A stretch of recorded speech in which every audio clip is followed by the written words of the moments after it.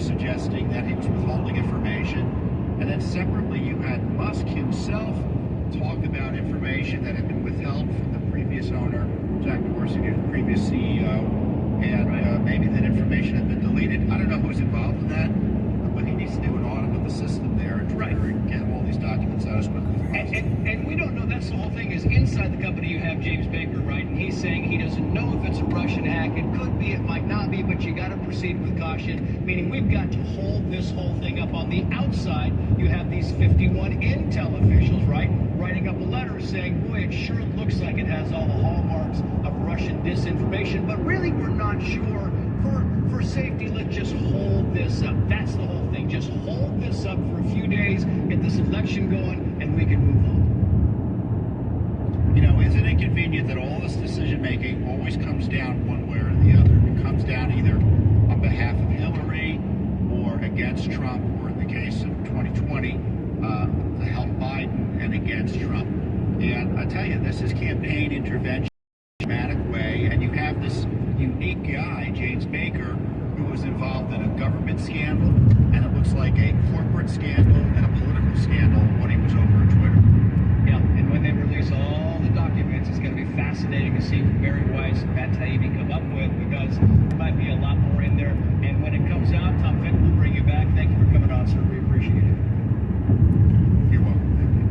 Well, meantime, tragedy on the southern border earlier today when a Border Patrol agent was killed in a high-speed pursuit of migrants crossing into Texas. Matt Fenn is live with that story. Matt, good evening. Good evening, Trace. This morning, a 38-year-old Border Patrol agent was killed when he crashed his ATV while pursuing that group of illegal migrants who crossed the border near Mission, Texas. Fox's Bill Belusian reports sources say the unidentified agent was a father of two. The United States Border Patrol chief writing, "The death of an agent who dies while securing our nation's border is a tremendous loss for our organization and our nation. Our prayers are with his family and co-workers during this difficult time period." This tragic death comes just one day after President Biden went to Arizona but chose not to visit the border, telling Fox News he has other priorities. Why go to a border state and not visit the border? Because there's more important thing going on. They're going to invest billions of dollars in a new enterprise. The president there referencing a Phoenix chip factory he visited, but Biden was roasted by the National Border Patrol Union for not going to Arizona's border, tweeting, "Visiting an ice cream shop, very important. Visiting our border where illegal immigration, deaths, escapes, and fentanyl smuggling set new records, nonstop with thousands dying as a result, not important." On my last trip to the border, the Democratic mayor of Eagle Pass, Texas, pleaded on camera with us for the president to come visit her town, which is arguably the epicenter of migration flow into the United States. Trace. You've been to the border a bunch. You should know. Matt Fenn, thank you. Do you think it's important for President Biden to go to the border for himself? I think it's important for the administration to recognize it's a crisis. We all know it's a crisis. I've been clear about that. And so when you have a crisis in your country, you should deal with it. But do you think he should go to the border? He only did a drive-by. He's never physically been to the border, especially he, the vice president, senior leaders.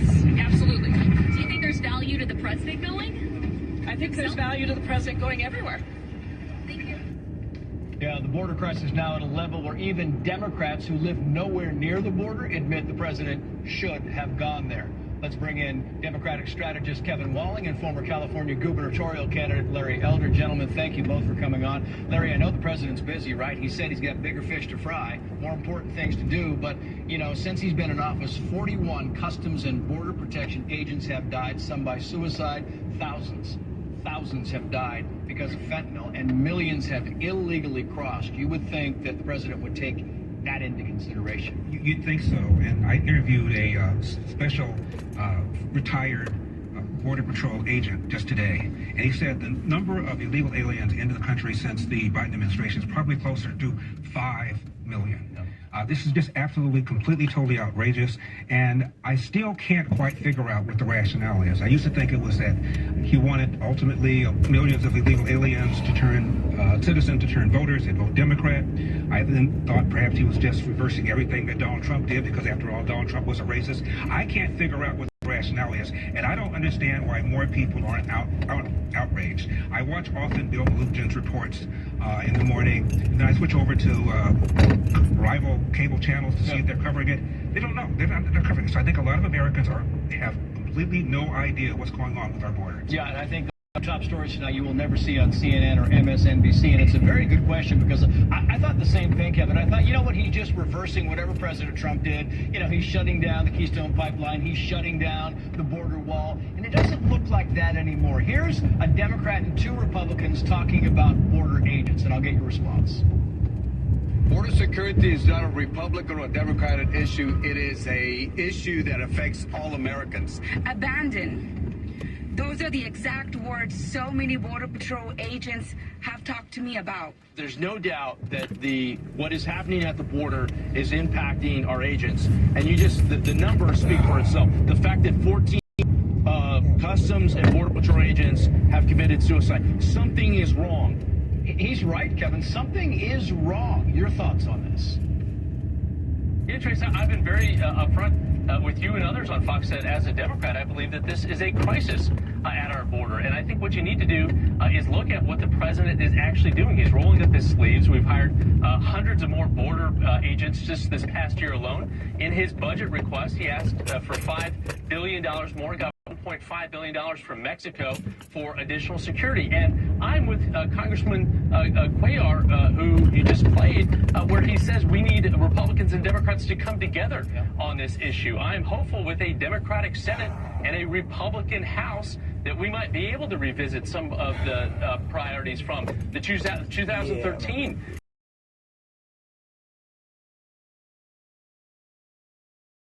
And let's just not point fingers. Let's actually work on solutions across party lines on this issue. But it is a crisis, Trace. And Henry Cuellar has been down there. He said, listen, my constituents are the ones telling me every day, Democrat, Republican, Independent, whatever they are, this is crazy. And nobody is doing anything about it. I want to move on, if I can, to the so-called racist voting laws in Georgia, which saw the highest turnout. Here's Karine Jean-Pierre when she was asked about those laws and the turnout. She said this, watch. The president, though, called it Jim Crow in the 21st century and a blatant attack on the Constitution. So does he still see it that way?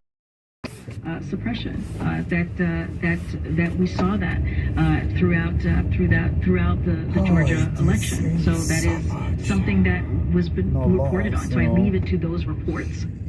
Nobody was not allowed to vote, Larry, and they took the All-Star game out of Atlanta. The companies boycotted Georgia. This was shameful on behalf of the woke part of this. Well, that's right. You had Joe Biden saying it was worse than Jim Crow. It's Jim Eagle. Trace, my dad is from Georgia, born and raised in Georgia, 1915, when Jim Crow was Jim Crow. How insulting is it to talk about this being worse than Jim Crow? It's Jim Eagle. And let's just step back for a second. The left is always talking about how systemically racist America is. We just had a race in Georgia, a former slave state in the Deep South, where a black Democrat ran against a black Republican.